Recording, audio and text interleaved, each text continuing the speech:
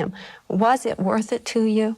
But you see, another thing is, he will never be in contact with our suffering at all. He'll have to come to grips with his own. He has to make his own peace. But as far as him actually knowing the tragedy that we've lived through, and will always live through, he doesn't know. He will have served his debt to society, Judge. He will. When he's released next year, we assume, providing he's got his good time coming. Right. He was a good prisoner. Will he be rehabilitated? I have no idea. I don't think answer a question like that. I don't think going through that experience is going to rehabilitate him as far as alcohol is concerned. It's been my experience dealing with those type of individuals that imprisonment simply doesn't change them. Their success rate in prisons is 0. If there is some type of substance abuse counseling and that type of training that is mandatory, then there is some degree of success rate. As I recall now, it's about 40%, which is low, but it is higher than the 0% they get when they are incarcerated. There are court programs that have developed over the last several years. We have, and again, we're getting back into education. One of the things that I require on a first offense DUI is that a person enroll in our substance abuse program, the court substance abuse program, and successfully complete that program. That consists of having a person be evaluated as to the degree and type of alcoholism, if any, the degree of drug use, if any, and the type, or whether or not there's emotional problems involved. And once you determine or evaluate that person to determine what that particular problem is, then you refer them to an appropriate agency to try to deal with that program. And they are in that program for a year, and then when they come out, hopefully they are changed, at least to some degree. You can't have 100% success, but at least it is an attempt.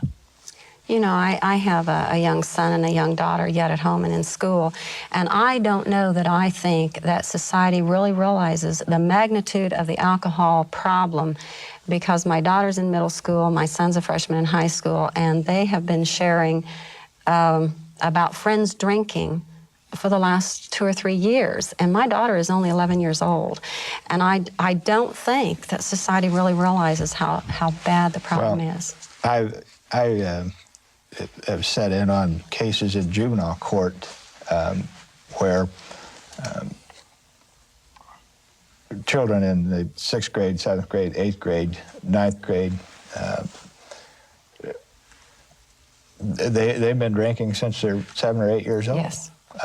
And all the way through high school. And I know high school kids now who have something to drink before they go to school every day. That's not the school, I mean, it's not the school's problem. It's a problem at home. It's a problem. Society's at home. problem, it's a really. society's Getting down to it. problem. Yes. You know, it's too easy to get for a minor to get, number one, and it's too easy for people who are aware that this is happening to look the other way and not get involved. I think parents hate to admit that there's a problem. And I'm not just talking about parents. I mean, I'm talking about people in the system that Right. the school system that is aware, or even the individual or the person's schoolmates. If I could ask you a question, it seems that this is a middle class and problem. It seems perhaps if more of the upper class were affected by this, for example, if a politician's son died in this kind of way, the politician would be personally touched, and he or she might try to attack this wicked problem. I think I saw a news program the other day where in Indianapolis there is a representative or a senator trying to get the program through the wheel lock or whatever it is, where they have to blow into a tube before the car will come on, ignition lock, I guess it's called. And the reason he was doing that, or that he's trying to do it, is that someone on his staff or someone close to him was involved in the same kind of a tragedy as Eric and as Mrs. Houston was. And so you may be right, but as far as it being a problem, a middle-class problem, is it being available there? No, it's not. It's it's I think it's a classless, it's it's a classless thing. I think there's a statistic that shows, I think, every 21 minutes someone dies as a result of a drunk driving death. And for young people, that's 1 every hour that it's translated into.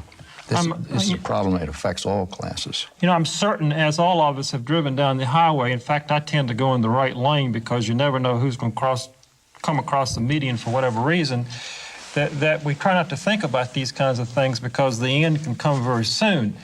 But in terms of dealing with this wicked problem that we all try to make as numb as possible to us, you've suggested education. What new questions should be asked, and to whom should we ask these questions? In the next 30 seconds. I think the single greatest problem we're going back to is the advertising. I would like to see the FCC, I'd like to see it banned on television. I really would. And I would like to see any kind of program dealing with substance abuse, as far as education is concerned, also deal with alcohol in the same manner. We're out of time. Thank you, John Rouse, Prosecutor Raymond Brassert, Lana Houston, Judge Robert Robinson. I'm Larry Lough. Thank you for joining us today.